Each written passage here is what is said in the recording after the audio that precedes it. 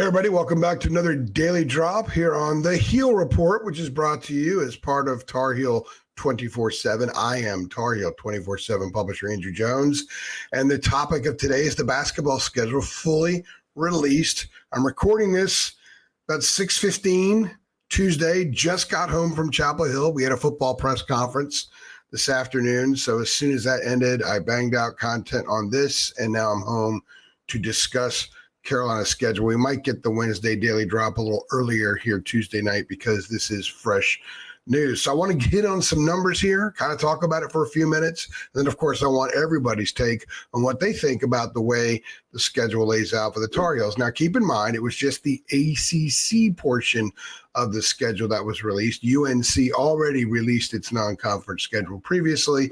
If you look in the article that we ran with the ACC release, we have the full schedule in there. We have some notes about the full schedule, including all the non-conference games as well. All right, let's get into it. A couple things. First of all, as the ACC announced a couple of months ago, 20-game schedule. Now it's an 18-game schedule. What that does is it complicates things for schools with multiple rivalries like North Carolina. So the Tar Heels, like everybody else, now play 18 league games. The league, for some reason, I don't understand this, but for some reason, there's two things they did here I think that's awfully questionable. Doesn't make a whole lot of sense. Number one, you get two opponents you play home and home. And there's one opponent in the league you don't play. So Carolina will not play Boston College. In addition, aside from also home and home with Duke, Carolina's home and home is with Syracuse, not NC State. So we discussed this before. We knew it before, but got to bring it back up again. So the Wolfpack will not come to Chapel Hill for the first time since 1919. It's stupid. It was something the league didn't have to do. They could have Carolina play Duke and State home and home. It would make perfect sense. And a year from now, Carolina likely won't go to state, which would be just wild. The NC State fans deserve that game. The Carolina fans deserve NC State coming in to the Dean-Dome. Okay, Carolina's home opponents only play them once, play them at home. Clemson, Florida State, Louisville, Notre Dame, Pittsburgh, Virginia Tech, and Wake Forest. The road games against teams Carolina plays just once in league play: California, Georgia Tech, Miami, NC State, SMU, Stanford, and Virginia. Now, a couple of interesting things here. The home or the ACC opener is December 30th or December 31st. Still don't know yet. They haven't decided. In fact, there are 6 of Carolina's 18 conference games that have an or next to it. It's either one day or the next. I guess some of those decisions will be made based on TV opportunities and the league trying to maximize TV viewership for certain types of matchups. Based on the stuff that's come out of the ACC, that's probably what it is. Although Jim Phillips hasn't 100% said that just yet. Okay, so the Carolina opens up at home against FSU. Then 5 of the next 7 games are on the road, which is interesting enough because you've got SMU. Then there's 10 days later, and they head out west. They got Stanford and Cal. Now, the Stanford game is an or as well. They're not 100% sure what day that game will be played. So they have a period of 5 of 7 games where they're on the road: SMU, Cal, Stanford, Virginia, and Georgia Tech. So that's some heavy traveling up front, easy trips the last 2 games. They immediately follow that playing 6 out of 9 games at home. At home. The road ones in there are Syracuse and Miami. Also, after playing at Georgia Tech on January 31st, the Tar Heels leave the state of North Carolina, twice? FSU, Miami, and Syracuse. That's it. Twice. The ACC tournament's in Charlotte. So it's a lot of games in the state of North Carolina. This team will have a chance to regroup early with a open date. It's between FSU and SMU. So, it's between SMU and the game on the 10th. So you get a week there. It's early, January 3rd to January 10th. That's an early open date. Then it's the grind after that, and you throw in that trip to California. That's going to be a trip that will tax the team a little bit with the travel. Will be interesting to see how they go about that. Everyone else has to do it in all these leagues now, at least the Big Ten and ACC. So a lot of ACC teams had to last year and struggled out there at times. So we'll see how that affects the Tar Heels, if at all. They played at Stanford back in, what was it, November of 2018, I think it was, 2018. Kenny Williams hit a ton of early threes. I covered that game. It was Maples Pavilion's an interesting place.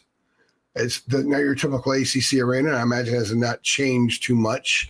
I have not been inside Cal's arena, so I can't speak to that, although I understand it has some similarities.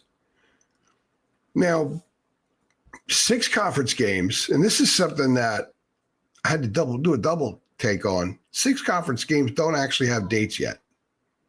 It's an or. Like, they open up against Florida State in conference play at home December 30th or the 31st. So that's 6 conference games in which there's an or next to it. Carolina plays on 2 Mondays at home against Syracuse and Louisville, which is good for travel because we've had quite a few in the past where they play on a Saturday and they're playing right away on Monday night. So they don't have that. I actually think when you look at the schedule and the way it lays out, that it's pretty favorable to Carolina in terms of the fact they get tested early.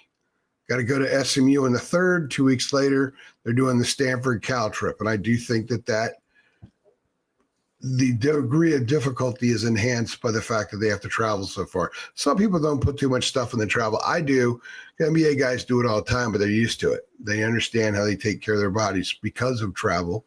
The college kids don't have to as much. And so it'll be interesting to see how this club goes about staying out on the West Coast for probably a week or very close to a week. And, of course, they have Duke twice. They play Duke February 7th at home and then March 7th on the road, wrapping up the regular season. What's different right now about the schedule release is we used to get the schedule release for conference play, and we'd also get the non-conference games for the most part at that time. We've already discussed the non-conference schedule, which has some difficult matchups and I think some must-win games. Kansas, November 7th, first Friday of the season. I think that's a must-win game. If Carolina loses that game at home, then suddenly it's hard to see wins, quad 1 wins.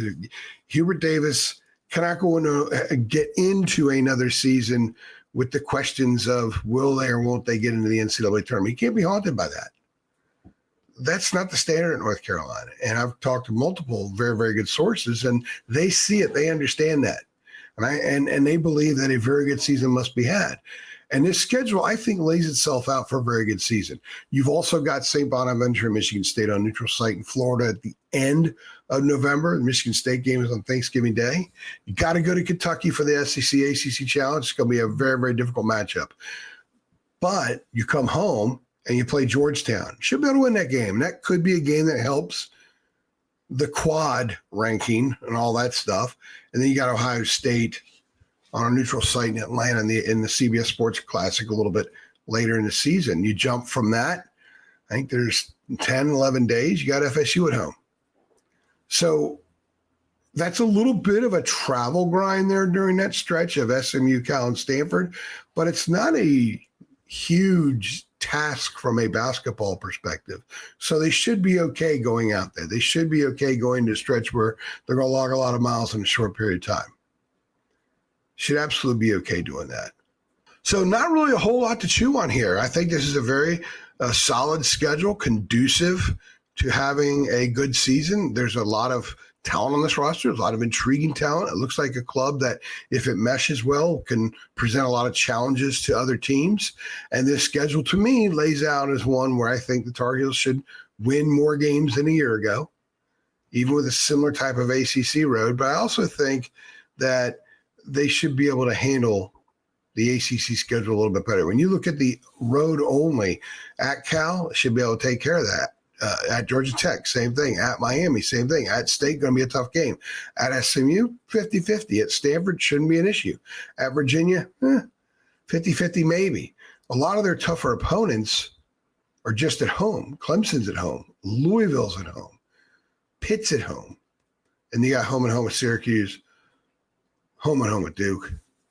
And they do have to go also, I should have mentioned NC State. That's going to be a very tough game as well. So I kind of like the schedule. I'm looking forward to it. I'm looking forward to seeing what this group's all about. Practice starts September 22nd.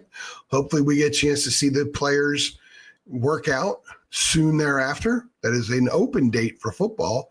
So hint, hint, we'll be available. We won't have football press conference to deal with. We can go roll our sleeves up and dive into the hoops heels. And I should also mention they got Winston-Salem State and at BYU in exhibition games. Well, the BYU game is actually in Salt Lake City. Provo, which is where BYU is from, is on the outskirts or suburb of Salt Lake City. They're going to play in the Jazz Arena as far as I understand. So that will be